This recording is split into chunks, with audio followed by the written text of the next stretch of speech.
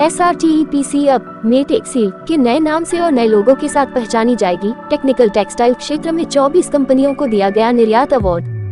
जी हां, आपको बता दें कि 13 सितंबर 2023 को मुंबई में the synthetic and rayon textiles export promotion council SRTEPC अब man made and technical textiles export promotion council Matexil के नए नाम से और नए लोगों के साथ पहचानी जाएगी, ऐसा काउंसिल के चेयरमैन भद्रेश दोदिया ने बताया। काउंसिल के तत्वावधान में 12 सितंबर को मुंबई में टेक्निकल टेक्सटाइल क्षेत्र में सर्वश्रेष्ठ प्रदर्शन करने वाली 24 कंपनियों को निर्यात अवार्ड केंद्रीय टेक्सटाइल्स राज्य मंत्री श्रीमती दर्शना विक्रम जरदोश के हस्ते प्रदान किया गया। निर्यात अवार्ड प्राप्त करने वाली कंपनियों में Reliance industries limited, Arvind limited, Welspun limited, Loyal textile mills limited, Shriram rayons, Bombay dyeing आदि का समावेश है। इस निर्यात समारोह में केंद्रीय टेक्सटाइल्स मंत्रालय, व्यापार उद्योग मंत्रालय, DGFT, कस्टम विभाग के उच्चाधिकारी तथा टेक्निकल टेक्सटाइल उद्योग के अग्रणी उपस्थित रहे।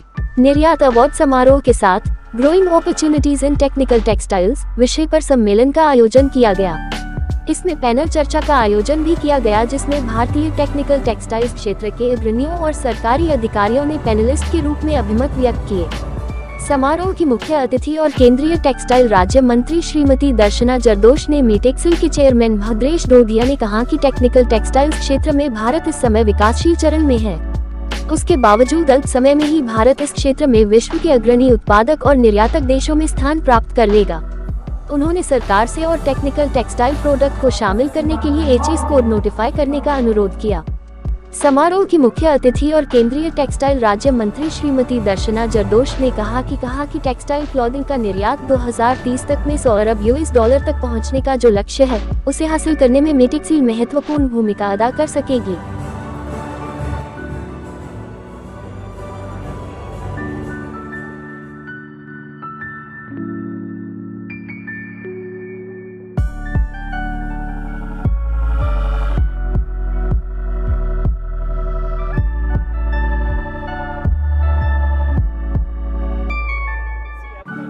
हो गया 1954 से जो एक्सपोर्ट के साथ में मिलकर जो टेक्सटाइल से जुड़े हुए लोग आज टेक्निकल टेक्सटाइल और मैन-मेड फाइबर के लिए इकट्ठा हुए हैं।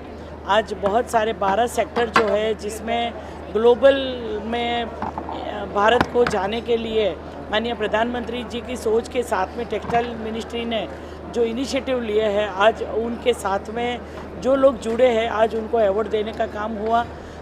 खास करके जियो टेक्सटाइल, मेडिकल टेक्सटाइल और जो कई स्पोर्ट्स से वेयर वाले जितने भी टेक्निकल टेक्सटाइल के कंपोनेंट हैं, उनके अवार्ड दिए गए। उनको प्रमोशन के साथ में आने वाले समय में आत्मनिर्भर भारत की ओर बढ़ते हुए भारत को नई ऊंचाई पर ले जाने के लिए सब लोग कटिबद्ध हैं। मैम, हमारे देश में G20 का एक सफल आयोजन हुआ है, इसमें क्या G20 में पूरी दुनिया ने देखा, पूरी दुनिया के लीडर के नाते माननीय प्रधानमंत्री जी ने सबको वेलकम किया, हमारी संस्कृति दिखाई, सांस्कृतिक विरासत को संभल कर आगे जाना है, बड़े संकल्प लेके आगे जाना है और नए भारत का निर्माण करना है, जो एक विश्व गुरु की ओर आगे बढ़ता है। तो उन्होंने जो नालंदा विद्यापीठ से लेके गांधी जी के संदेश तक उन्होंने जो भारत दिखाया, वो सबको पसंद आया। पर्सनली जो भारत मंडपम में कार्यक्रम हुआ, जहाँ पे इतने सारे विषय के ऊपर और कम से कम 300 जगह पे ये G20 समिट का आयोजन हुआ। 62 से ज़्यादा पूरे देश के एक भारत श्रेष्ठ भारत की तरह सभी राज्यों को और सभी शहरों में अपनी सांस्कृतिक विरासत को दिखाया गया और इसके नाते सभी सेक्टर के ऊपर जो चर्चा हुई, जो हमने अपना विज़न रखा, वो पूरी दुनिया ने माना। और ये जो टेक्निकल टेक्सटाइल का सबसे अच्छा यूज़ ये भारत मंडपम में देखने को आपको मिलेगा। और जो हमें होश था, हम लोग ने जो G20 का आयोजन किया था, इसमें एक कंट्री को आगे लेके G21 तक आगे बढ़ने की जो शुरुआत प्रधानमंत्री जी ने करी, वो बहुत अच्छा रहा। आज आपने कुछ लोगों को सम्मानित भी किया, इसलिए क्या ये लोग कई सालों से भारत को बदलने के जो नए कंपोनेंट है, इसमें जुड़े हुए हैं। खास करके भारत की जितनी भी इंडस्ट्री थी, टेक्सटाइल इंडस्ट्री, वो कॉटन बेस्ड थी। अब मैन मेड फाइबर, क्योंकि मैन मेड फाइबर पूरी दुनिया यूज़ करता है, वो सस्टेनेबल भी है, रिसाइकल भी है और इसके साथ में ग्लोबल मार्केट भी है। तो उसको आगे ले जाने के लिए ये जो अवार्ड दिए गए, जो लोग कई सालों से इसमें एक्सपर्ट ही है, उन्होंने बहुत अच्छे, खास करके कोविड के बाद में जो हम लोगों ने मेडिकल के लिए, मेडिकल टेक्सटाइल के लिए जिन्होंने काम किया, रोड्स वगैरह बनाने के लिए जो जियो टेक्सटाइल के ऊपर काम किया, स्पॉटेक्स के ऊपर काम किया, उनको अवार्ड दिए गए।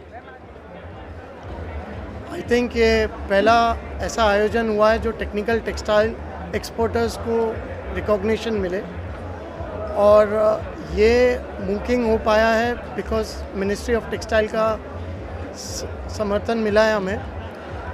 और ये आयोजन से डेफिनेटली टेक्निकल टेक्सटाइल को एक सेंटर स्टेज टेक्सटाइल में देखने की उम्मीद करेंगे, एंड हम उम्मीद करेंगे कि और कई कन्वेंशनल टेक्सटाइल वाले ये नई एज टेक्नोलॉजी और टेक्निकल टेक्सटाइल में जुड़े और इसको और आगे बढ़ाएं। न्यू ब्रांड जो आपने अभी अनाउंसमेंट किया, इसका मेन कारण क्या है?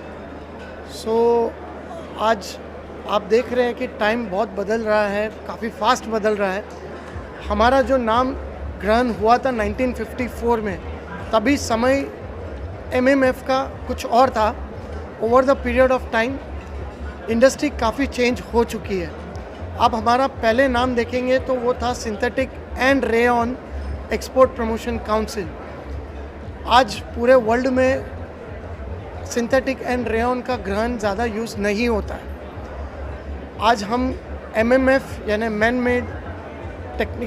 Made textile and technical textile सारे वर्ल्ड में सब जगह वही यूज़ होता है। तो जब हमें टेक्निकल टेक्सटाइल का मैंडेट मिला था इंडस्ट्री से, तो हम कई लोगों के पास जा रहे थे, उनको समझ रहे थे, उनसे फीडबैक ले रहे थे। तो तभी एक हमको फीडबैक ऐसा मिला कि एक टेक्निकल टेक्सटाइल भी आपके नाम के साथ जुड़ा हुआ नाम होना चाहिए। तो वहाँ से हमने सारा नाम से जी, अभी आप देखेंगे Matexil stands for man made and technical textile export promotion council. So that's why नाम आपका चेंज किया। जी। सर, आज यूनियन टेक्सटाइल मिनिस्टर और स्टेट टेक्सटाइल मिनिस्टर मतलब पीयूष जी और जसना में मैडम आपके साथ जुड़े, आपके साथ पूरा आवाज़ आपके काफ़ी प्रोत्साहन मिलती है हमको। We are very very encouraged, and आप देख रहे हैं कि ये गवर्नमेंट का अप्रोच रहा है to encourage new things, new Heights.